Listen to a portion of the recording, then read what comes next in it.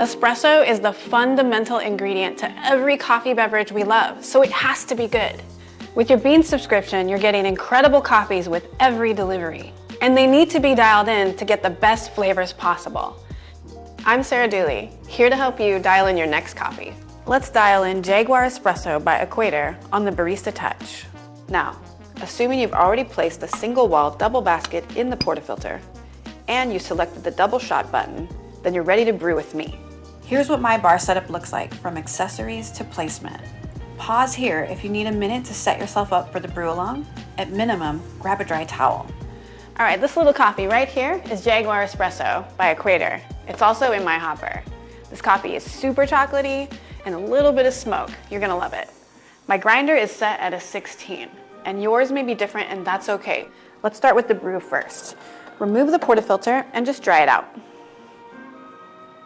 All right, grab the dosing funnel. This is a great way to keep all the coffee in the basket while you're grinding for less mess. We're gonna do two things over here. It's pretty simple. We're gonna grind and purge the brew group for 2 seconds, just to refresh the system.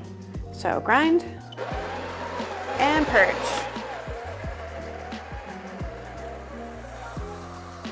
My brew recipe is 18 grams of freshly ground coffee, 25 to 30 seconds of brew time, and that will yield just under 2 ounces of espresso in the cup.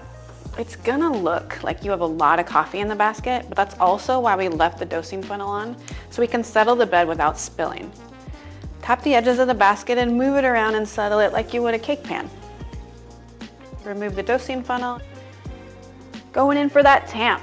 This is a pretty fun and simple process. So, align your wrist and elbow in a straight line as best you can, thumbs facing each other, and just come into the bed and press until it stops moving or pushes back at you. And that is tamping in a nutshell. Let's check our dose using this razor tool.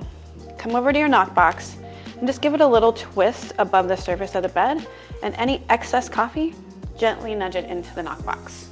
All right, let's give it a quick polish. This is a no pressure finish polish, just a little twist. Wipe any excess coffee from the basket off just so you ensure that watertight seal. Let's insert, press the brew button, and grab a cup. You shouldn't see the first drop of espresso until around the 7 to 9 second mark.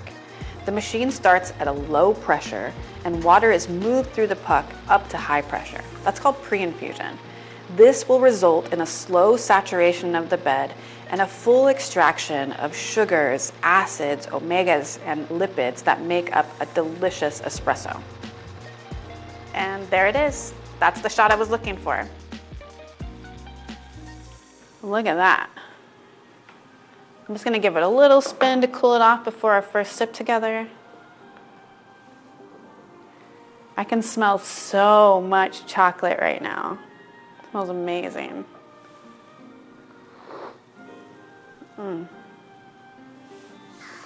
It's got that deep, almost sipping chocolate flavor with a little hint of smoke. Certainly balanced, very delicious. Did your shot look and taste like mine? The #1 goal of adjusting the grind is to either slow down or speed up the flow of water through the coffee bed.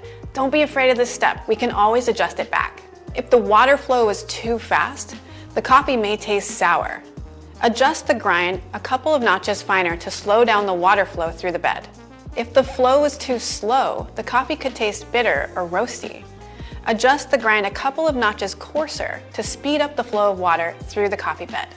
Over time, all these steps will become second nature, and you'll go from having good coffee sometimes to great coffee every time. I'm Sarah Dooley, here to help you dial in your next coffee.